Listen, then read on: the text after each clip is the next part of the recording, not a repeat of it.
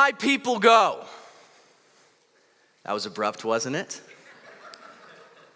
Pharaoh, let my people go. You have oppressed them for 400 years. You have enslaved them. You have murdered them. You have torn them down to the point that not only are they broken and hurting and in despair, but they have forgotten the very people that they were made to be. They have forgotten the God who loves them, who created them. They are without hope. They are without any sense of identity. Listen to me, Pharaoh, and listen good. Let my people, let God's people go. We all know this story, don't we?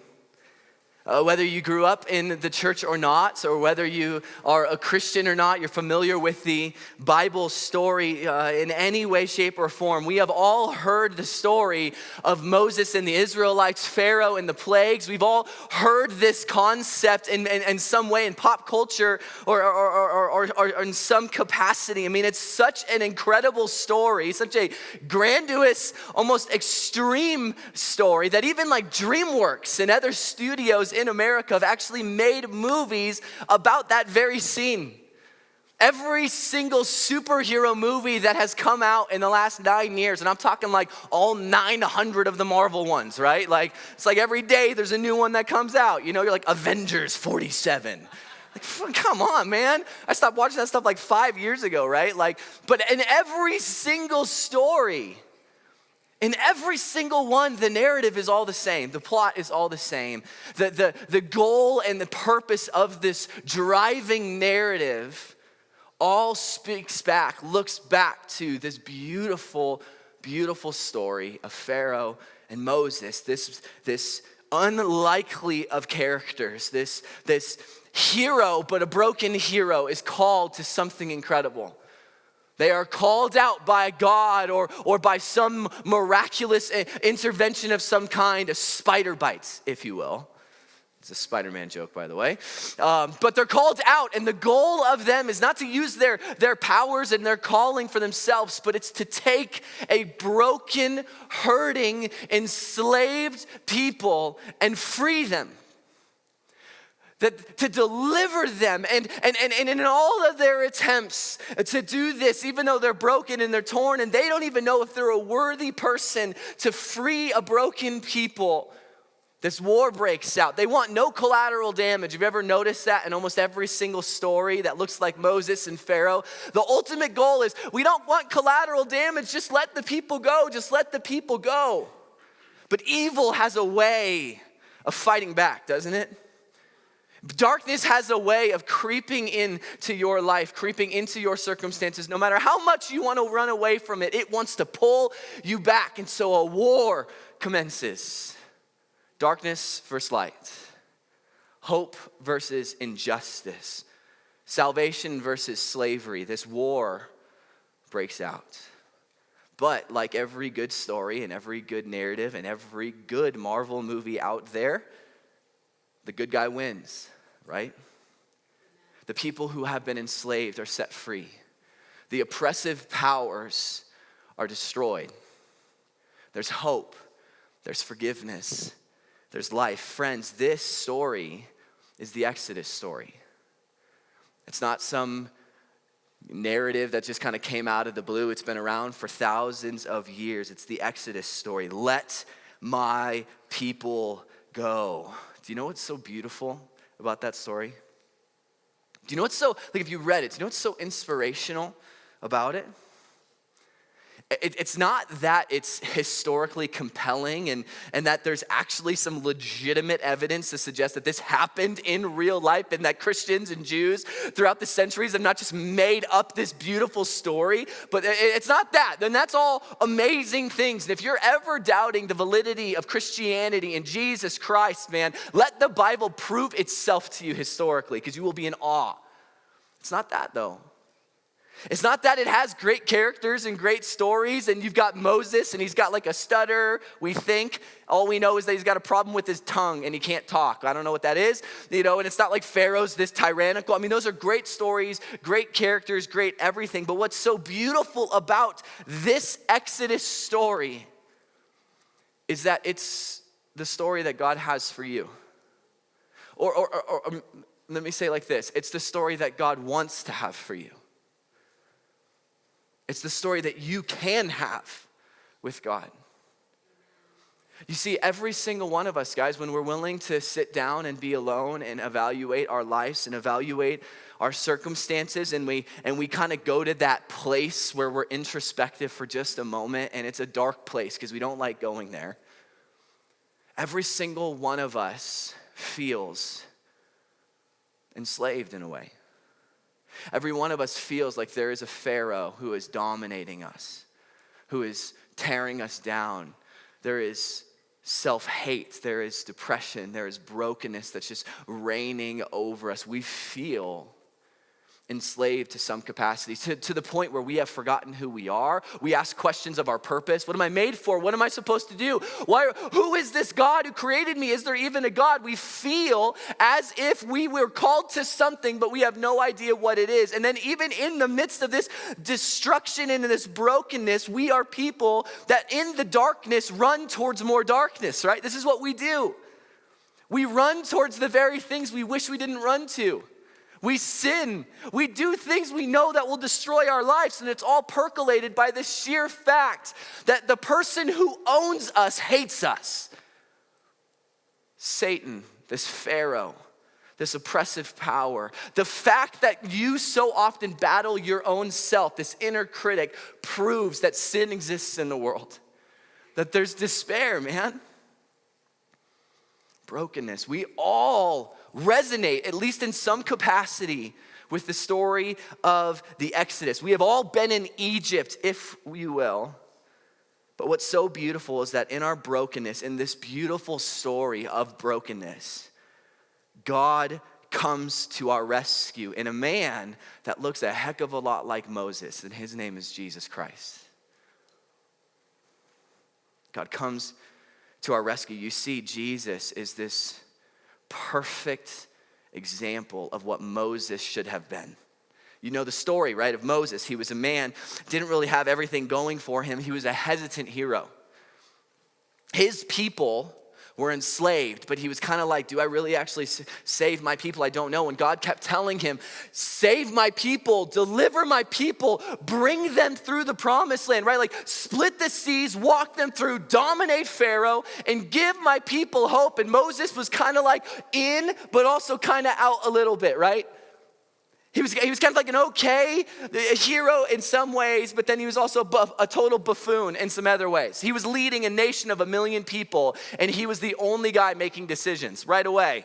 That's just not a smart thing to do, right?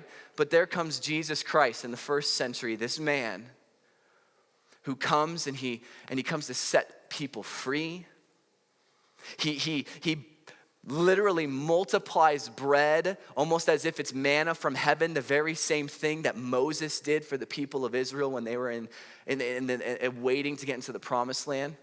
He literally tells all of his followers, he says, Moses, man, he broke a rock with his rod, and somehow from this rock, water poured out from it, but I'm not gonna break a rock because I'm the rock, and I'm gonna pour out for you and give you life.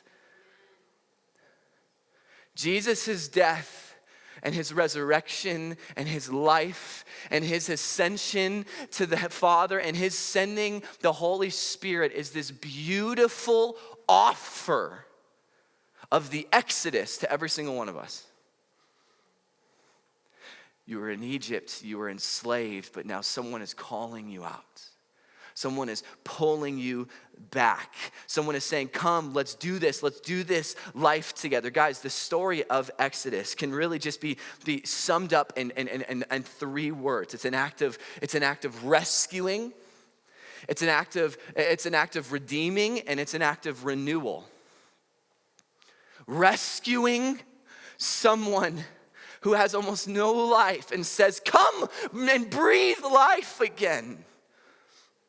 And then it's a story of redemption. Do you know what the word redemption means? We use it in Christianity a lot, and I think it's really funny that because most of us don't know what it means. We're like, redemption. What does it mean? But then we go to the grocery store and we'd say, I'd like to redeem my coupons, right? I'd like to, I got a Chick-fil-A app, and everybody should have the Chick-fil-A app because they're just like giving away free chicken. It's like literally manna from heaven coming down. It's just, as long as it's the fried chicken, grilled chicken, I don't know what you call that. But I got this app, Chick-fil-A app. It's on my front page. It's not in one of my folders either. It's like right there. Just like calling me, And I've got points. 2,600 of them. And if you have an app, you're like, dang, bro, you can get like 3 sandwiches. Like, yeah, I can. But you know what's amazing? When I walk in and I show them that thing and I say, I would like to redeem those chicken sandwiches, what am I telling that cashier? Dems is my chicken sandwiches. Right? That's mine. What's beautiful about the Exodus story is how it parallels with Jesus and the gospel and his life and death and resurrection is that we so often think that Jesus is the rescuer, and he is. Man, so many of you need to be rescued today, and you know it. Man, you're hurting, you're broken. You feel like you are treading water in life, and you're about to go under, and you don't think you're going to come back up. And you're going, God, please rescue me. Please. And then you think when he throws you the life vest that it's over. Like, like I'm just gonna hover in all of the junk that my life still is, but at least I'm not drowning in it. Friends, that's not how this works. That's not the Exodus. The Exodus is that you have been rescued and then you have been redeemed, which means that Jesus walks into your life and he goes, they're mine. You're mine.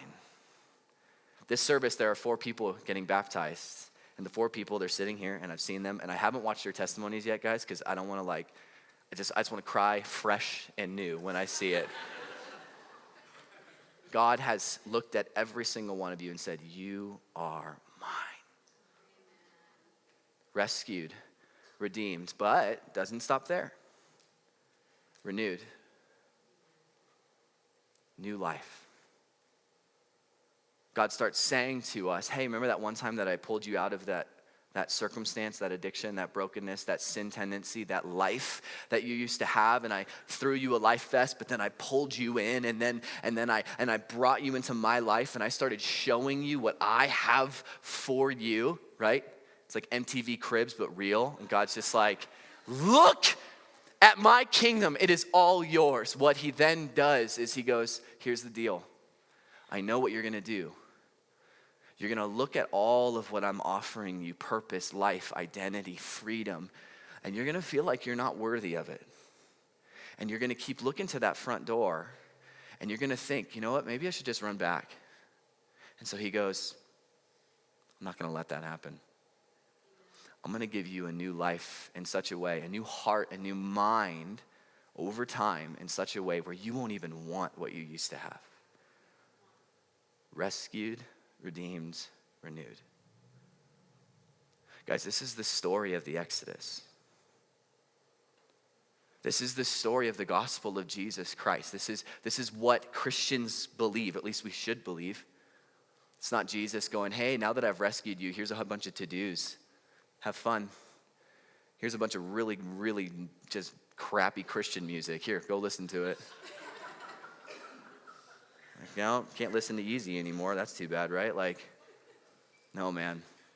New life, new rescue, new redemption. This is what we are offered when we believe in Jesus and when we follow him. Slavery to salvation. It's so beautiful. And what's so incredible, guys, is that we actually get to see it in physical action. If you've ever wondered, what does the Exodus look like? What does salvation with Jesus Christ actually look like? We actually get to see it in the act of baptism when our friends get dunked here in about 15, 20 minutes or so. You know what's interesting is that I think a lot of people, when they think of Christianity, and I know a lot of you in the room are here to support friends, and maybe this is the first time you've been to church in a long time, and maybe you actually grew up in a tradition that didn't baptize the way that we do. I'm going to prove to you why you should baptize this way in about 2 seconds. But what's interesting is that for centuries, it's not just Christians that have baptized. Jews did it too. Before Jesus. Before John the Baptist, in fact. You know, what's interesting is that John the Baptist shows up on the scene. And if you're unfamiliar with who John the Baptist was, he was this crazy guy. And he wore like furs, you know? And he was kind of like who's the quarterback for the New York Giants in the 70s? What's his name? Namath, right? That bro is always wearing fur. And you're like, Namath, seriously, this is not healthy anymore, right? But like, John the Baptist wearing fur, man, like eating honey, locust, right? And he shows up on the scene and he starts telling everybody who's willing to listen, screaming. He's saying, God, the God that you are all waiting for, this God that will save you and rescue and redeem you, and this God that you actually think might be terribly upset with you, he's coming to save you. And you have to be ready. And so what we're going to do, friends, and they're like, what is John doing? And he's like, let's go to the river. And they go to the Jordan River, and you're like, put that, like tighten up your fur, bro. We're seeing things, right? And he's like, let's get in the river. And then he says, here's the deal. Just like we did, the Jews back in Egypt, we have to walk through the sea to get to where God wants us to be. We have to be cleansed and made new and made alive because we have to be ready for God. And so he started baptizing people. And no one thought this was weird. Well, maybe some, I don't know. But like most people didn't think it was weird because that was what Jews always affiliated baptism with. It was a re-walking through the Red Sea into this promised land of God. It's why Jesus, have you ever thought it was so strange that Jesus got baptized? You're like, dude, Jesus he never sinned. That's not the question that's being answered. Jesus walks into the river and he's saying, I'm the new Moses and I'm taking you to the new promised land, so follow me. And he walks through and he is baptized. Baptism, friends, when you watch it and you see it and you understand it, is the story of people going from death to life through the Red Sea into God's promised land. This is what it is. This is what makes it so beautiful. It's what we get to watch today. This is why Lighthouse Church, we don't sprinkle. I've never been sprinkled by a river. Never been splashed up on by the sea, right? Submerged. Entering in and walking through brand new, right? It's this beautiful, beautiful picture of what we get to witness today. And what's so cool, guys, is that not only are you going to be spectators, so like this side of the room, you're not getting dunked, right?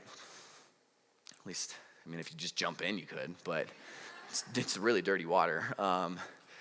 But what's amazing, where do you think we get our water from? We have a hose, guys. It's not like we're like pouring like puree, like purified, like free, like LaCroix, like in there, like. Wouldn't that feel so weird though, guys? We should try that next service and then redo it and see what happens, man. Like an ultra baptism. I think that's what they mean by baptism by fire, but it's like CO2, you know? But what's so cool, guys, is that not only do we get to see the Exodus, not only do we get to experience what God did for his people and what he does for you and me through Jesus Christ, but that every single person getting baptized is going to be declaring something the moment they get in this tub. They are going to get into this tub, and by their physical actions, they are telling their pharaohs their past, their sins, their brokenness. They're declaring with the strongest, loudest voice they possibly can, I am not who I used to be anymore, so back off. and the person standing, you know how like when you're a little kid and you like kind of like got into a little bit of a fight with someone, you're like, what you gonna do about it, bro? Right? And if you were like a skinny little white kid like me, you always needed that friend next to you, and they were preferably not white, right? Like just saying, as a white kid, if I had like one of my Mexican friends next to me, like Juan, and he was like, yeah, bro, I'd be like, yeah, I'm set, right? Here's the deal. All of these people are declaring to their old life, back off, I am done, I am new, I am washed clean, and who's standing right next to them is Jesus Christ going, yeah! Because I already destroyed you. Jesus conquers Pharaoh, Jesus conquers sin, Jesus conquers death on our behalf, and so all we have to do is walk into his presence and his love and his mercy and his grace and say, Jesus, I trust you. I trust you. That's what we get to see today. Where am I at time-wise? 21 minutes. Yes. Normally I'm about 50, so we're not going that long, I promise you. Guys, this is what baptism is, to be rescued, redeemed, to be renewed. And I know for a fact, guys, because I felt this last night. I was sitting there I was laying in bed, and then I was listening to some worship music, and I just was sitting there thinking about rescued, redeemed, renewed, the Exodus, Jesus. And I started going, like, man, right now, I want that so bad. I'm a Christian. Like, I know some of you are Christians in the room today, and I know a lot of you aren't Christians. Some of you think you're not, you think you're a Christian because you like are okay with saying Jesus when you pray for your meal. And that does not mean you're a Christian, right? Being a Christian means that you follow him.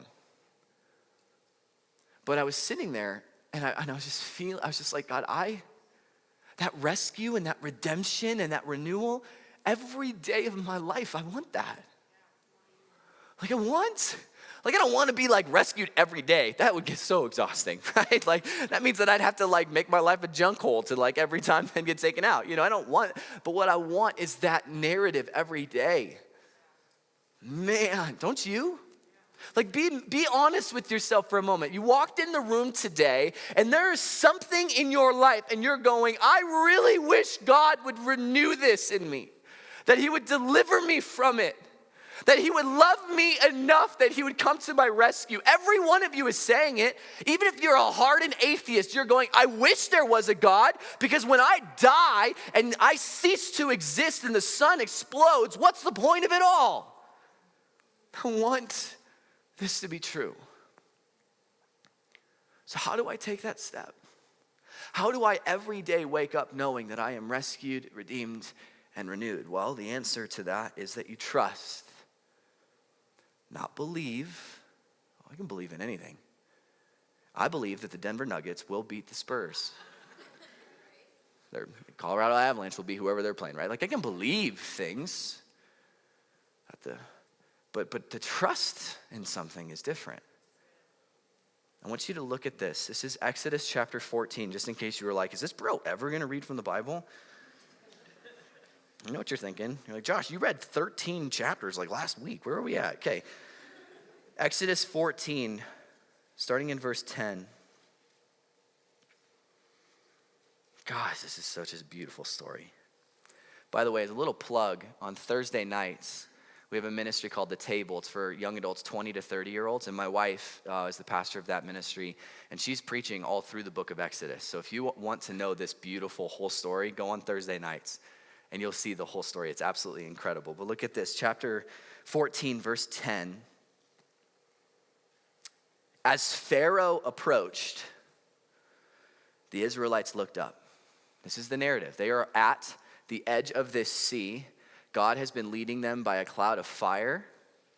They get to the edge of the sea, but they don't got no boats with them.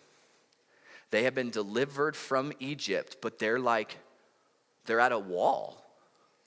And the text says that as Pharaoh approached, this means that the greatest oppressor of their life, the greatest temptation in your life started running right at you.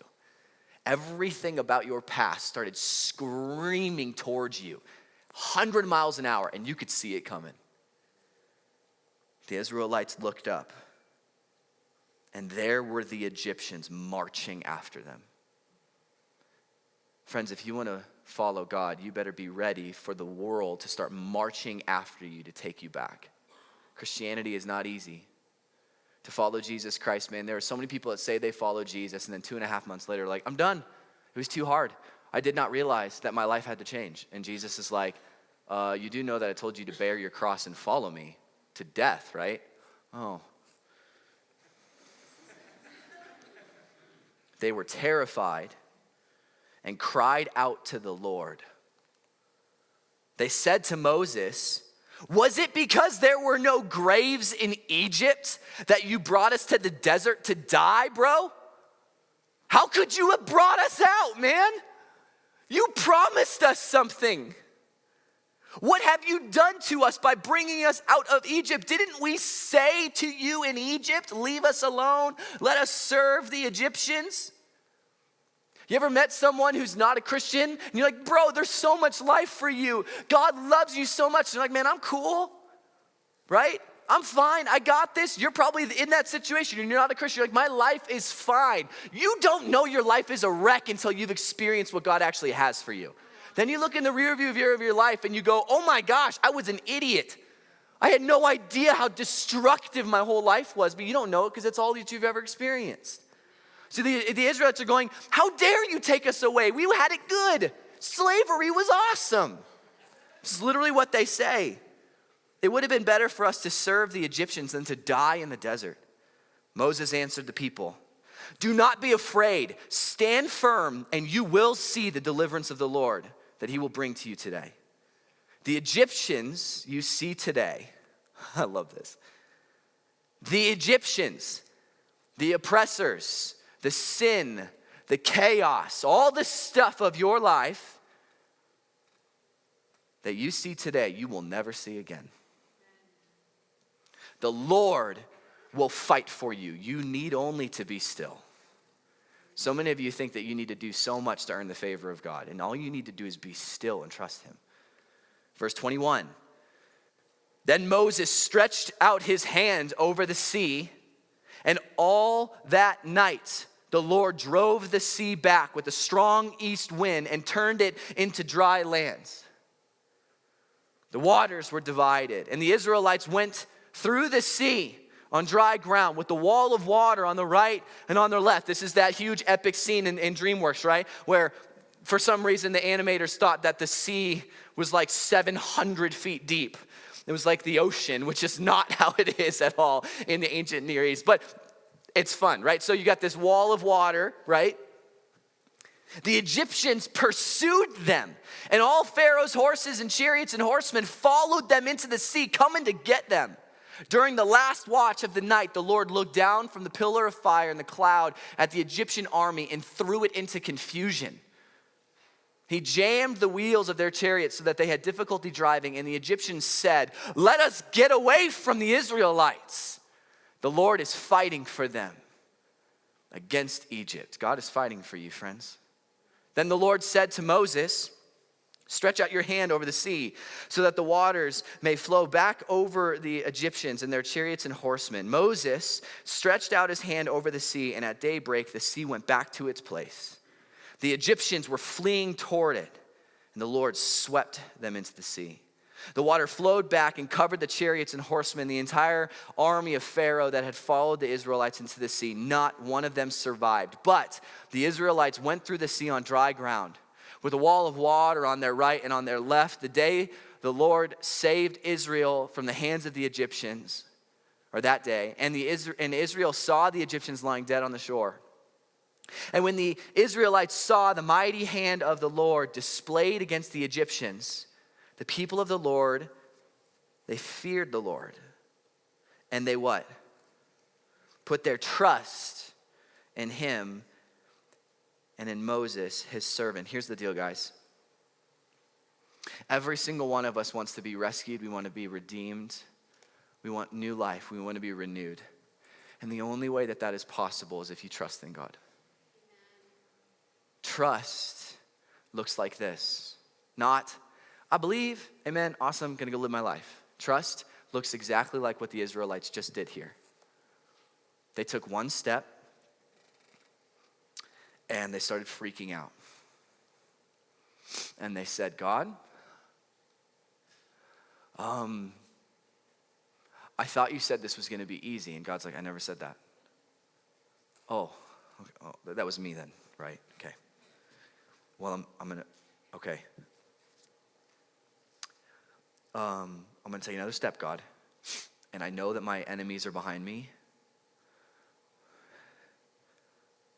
Step. Hey, God, there's a whole river in front of me, and I don't know what to do. And you can be screaming this, you know? That's what they were doing. Ah! Right? God's like, hey, don't worry. Okay, so here's the deal. If I was in that moment, my pants would not be clean. Because a river just elevated and separated, and God's like, just like walk through. Like my wife has to do that to me every time we get on an airplane. She's like, I'm like at the door and she's like, hey babe, shh. Just like go in, it's safe, it's okay. And I'm like, I don't know if I trust that pilot, bro. Like I think that this tube of death is going down, right? I gotta trust. The amount of trust that it took the Israelites to take one step. How do they know that this God didn't bring them out there to just throw the waters over them and kill them? They have no idea. How do you know if God is actually going to bring you through? You don't until you actually take one step. How do you know that he's going to give you new life unless you take a step in his direction and say, give me new life? You don't know. People trust in the Powerball and lottery tickets all the time. I'm going to scratch and waste all my money, right? Make me rich. They took a step. That's a bad step, by the way. Don't do that. But they took a step, and then they took a step, and then they took a step. And every single time they took a step, they got a little bit more trusting and a little less anxious in what's behind them. They didn't know how incredible God was until they finally got to where he wanted them to be. Amen. If you want to be rescued, you want to be redeemed, you want to be renewed, you need to take one step towards Jesus. Just one, friends. What's that? What is that for you? Belief, trust, forgiveness, coming to him, talking to him. The friends that are going to get baptized today, they're taking one more step, and it's not the first step. This is not to know Jesus. This is one step along the journey. They're going to come up to this beautiful black horse trough, and it is beautiful. And they're going to get in the water. And the water symbolizing this sea, this river, they are going to die. And then they're going to rise just like Jesus Christ. That's a first step where they're at right now. And we get to see that and witness that today. The way that we're going to introduce this whole thing is that if you notice, the story of Exodus is not in Exodus chapter 1. It's actually in Exodus chapter 14. There's a reason for that. We need 14 chapters of a story, of a testimony, of life and brokenness, and where did God's people come from to get to the point to where they are today? And today, before you get to see your friends baptized, we're going to hear their Exodus chapter 1 to chapter 14, their testimony. So we're going to watch that. I'll come back up and I will explain the rules of engagement in this amazing party that we've got. So let's watch these testimonies together.